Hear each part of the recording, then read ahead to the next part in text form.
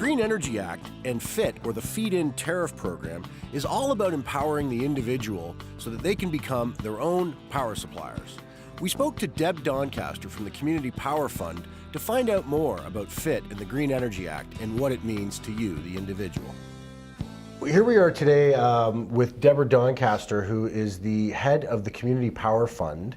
And is really a driving component in renewable energy and in the Feed-In Tariff Program, which is being discussed today at First Canadian Place in Toronto.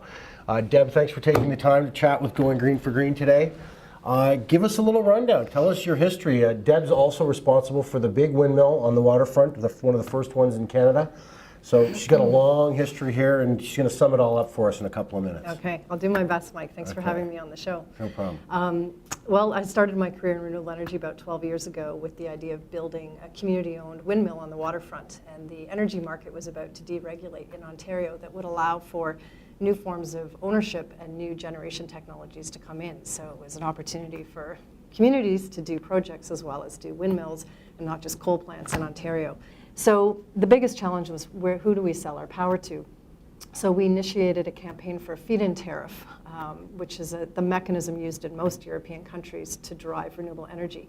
So rather than competing for a contract, if you meet all the milestones of developing a project, anybody can get a contract and feed power into the grid and be paid a reasonable return on investment.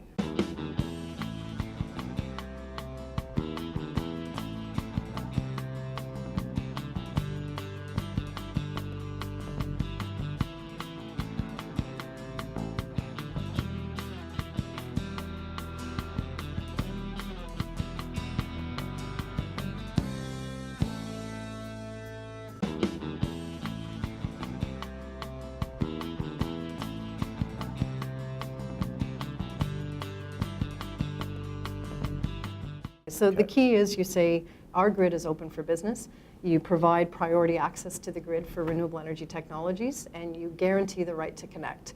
So the grid access issue is the first component, and then the second component is, and I will pay you on a 20-year contract, the cost to build your project plus a reasonable return on investment, and that's what I'll pay you for every kilowatt hour of electricity you put into the system.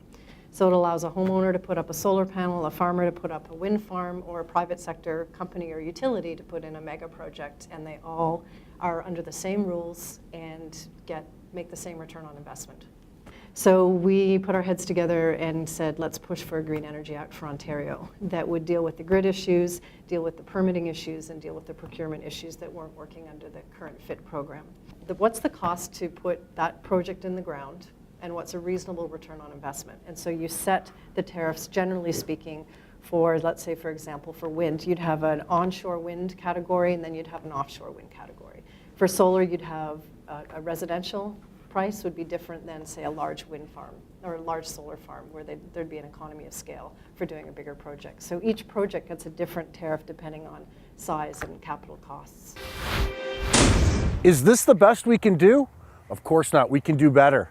Think about it, centralized power. So we build these massive power plants that produce power, and then we have the distribution grid, which, the hydro lines carry that power to where it's needed. It's kind of crazy. Certainly back in the day, it was the only solution that we had. But now, as we're looking at solar and wind and all these alternative energy uses, you, the individual, has to become your own power supplier. And if you can produce enough power to do 3 loads of laundry a day and watch TV for 3 or 4 hours a day, great. If you can't, let's hope that we learn how to live within our means, because that's what it's really about.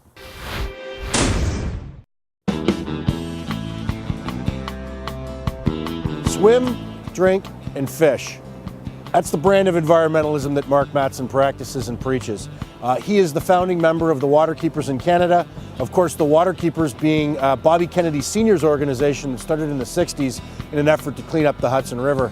In the 1970s with Earth Day, the first Earth Day, it was, one of the largest protests in Western democracy, where people took to the streets and said, enough's enough. Like, we can't be cut off from our water and have drinking water and no fish and no air to breathe. So they passed a lot of laws, like here in Ontario, the Ontario Water Resources Act, the Environmental Protection Act, gave meaning and force to the Fisheries Act, which all said to Canadian citizens one thing and one thing only, that we will protect your right to clean water so you can safely fish, drink, and swim.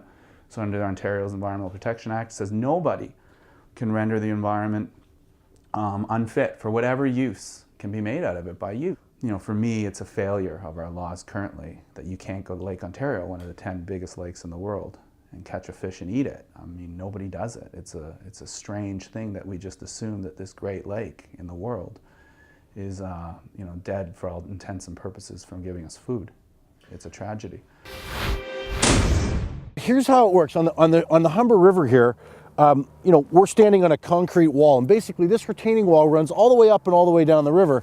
And in the 30s, they filled it in, and they filled it in to create these nice walking trails. You know, we've done what we've done, and I wouldn't want to give up this park for anything. So, you know, it's beautiful. But my problem is with this water. It is so polluted. You know, mercury, PCBs, dioxins, furans, terrible, terrible stuff in there. And the fact of the matter is we can clean it. Is it going to cost money? Yes, it's going to cost money. It's going to take manual labor. It's going to take trucks and equipment and bulldozers, and it's going to be hard work. But the fact of the matter is we can do it. And I got to think that, is this the best we can do? Is this the best we can do? In the coming episodes, we're going to spend more time looking at the Great Lakes and see how remediating brownfields, diversion at the curb, how all these things can play a role in fixing what plagues our Great Lakes. Another plastic bag is full. We throw it into the nearest landfill. It's out of sight and out of mind. What is the state of our humankind? And I don't know what to say, 'cause we produce more every day, and we call it garbage. We got